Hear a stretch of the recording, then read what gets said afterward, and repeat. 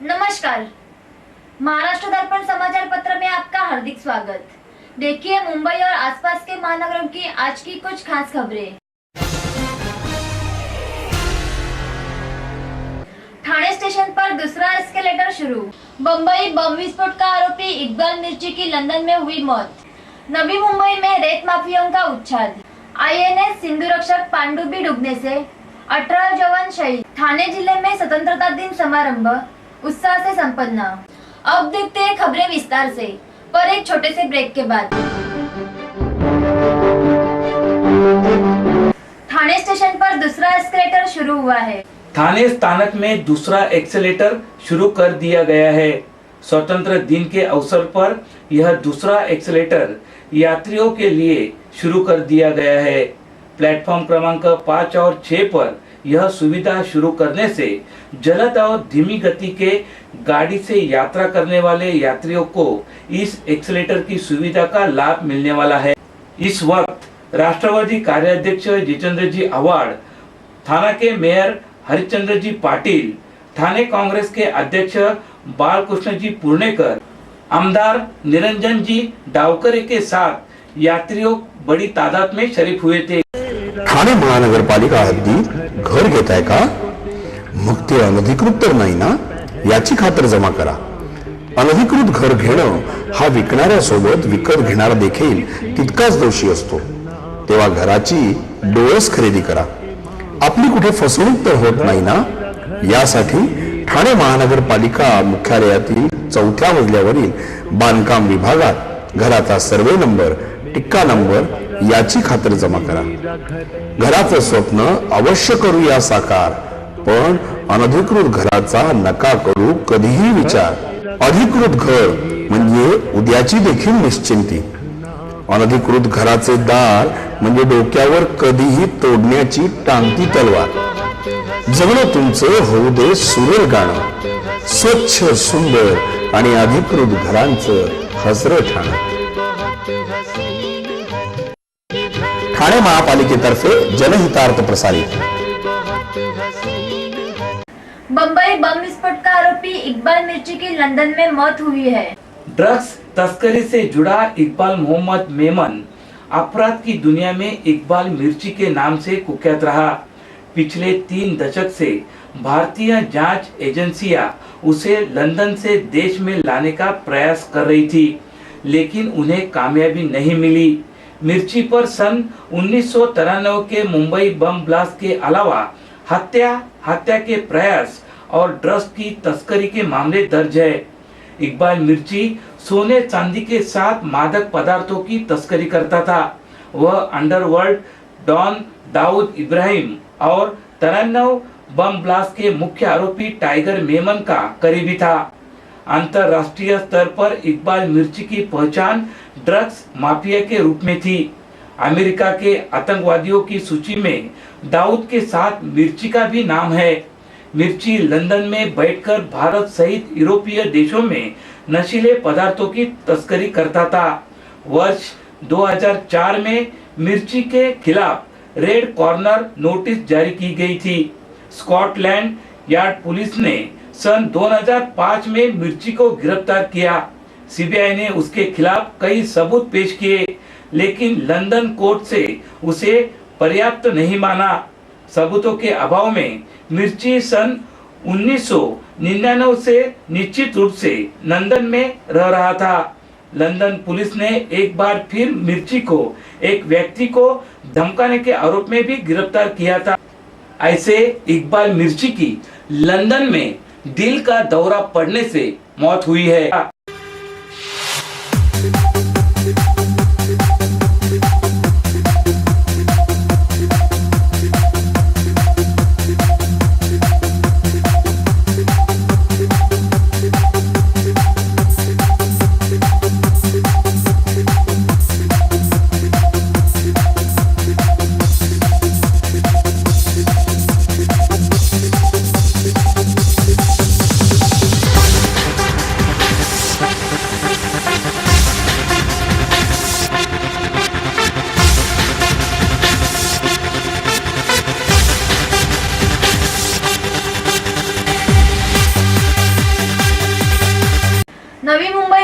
रेत माफियों ने उच्छाद मचाया हुआ है।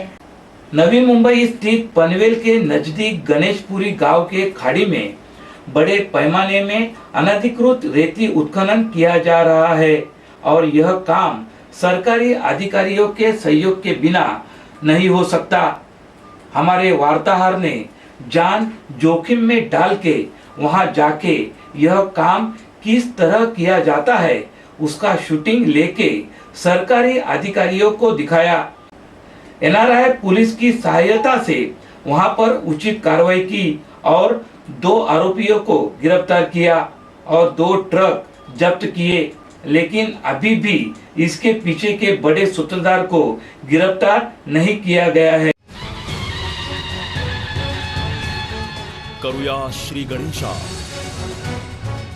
कधी नवीन नात्यांचा तर कधी नवीन स्वप्नांचा, कधी येणाऱ्या भविष्याचा तर कधी आनंदी क्षणांचा। येतात मदतीस फक्त ती नाती जी असतात व्यवसायापलीकडची। हर वळणावरती पूर्ती करण्या गरजांची TJSB घेऊन आली योजना नवनव्या कर्जांची। INS सिंधुरक्षक पानडुब्बी डूबने से 18 जवान शहीद हुए हैं।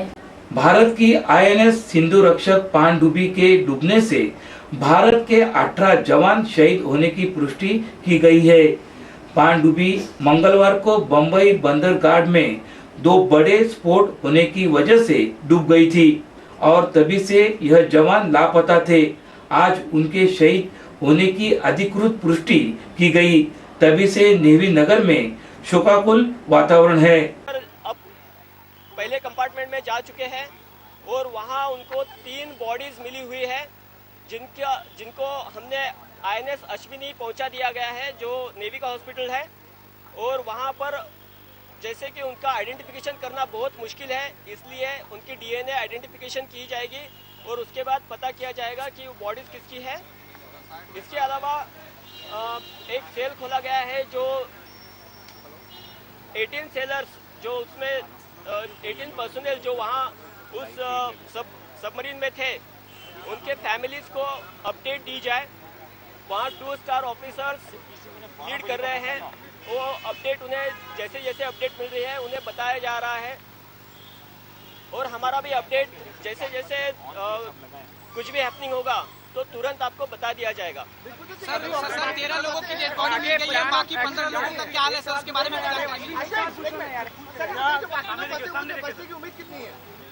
जैसे कि बताया गया है कि बहुत ही उम्मीद कम की जाती है, लेकिन फिर भी होप्स है। जैसे CNA साहब ने भी बताया था कि जब तक ऑपरेशन खत्म होता नहीं है तब तक हम उम्मीद बनाए रखेंगे।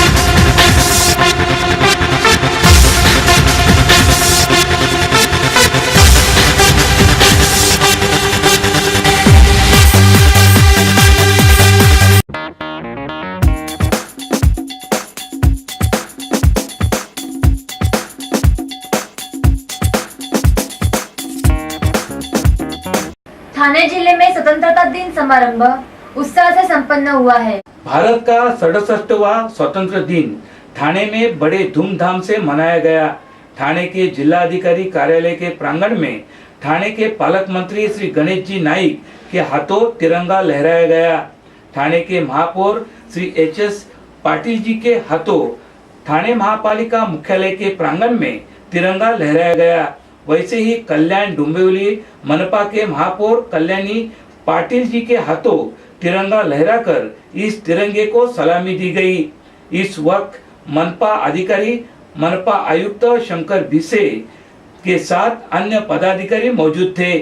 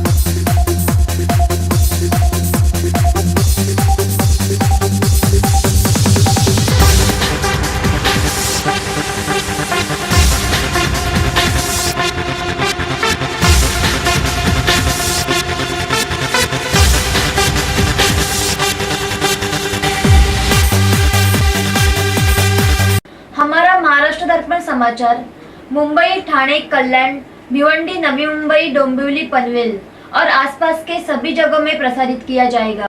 अपने परिसर की सभी घटनाओं को हमारे न्यूज चैनल पे प्रसारित किया जाएगा। आपके यहाँ की सभी समस्या और सूचनाओं को हमारे नीचे दिए गए पते पे भेजें या संपर्क करें। हमारा पता है। धन्यवाद।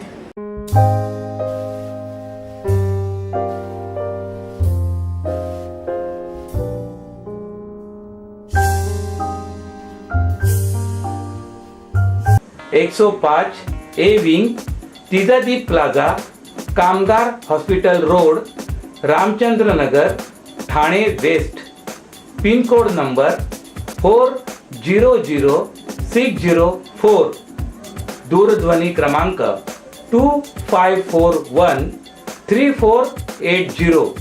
धन्यवाद।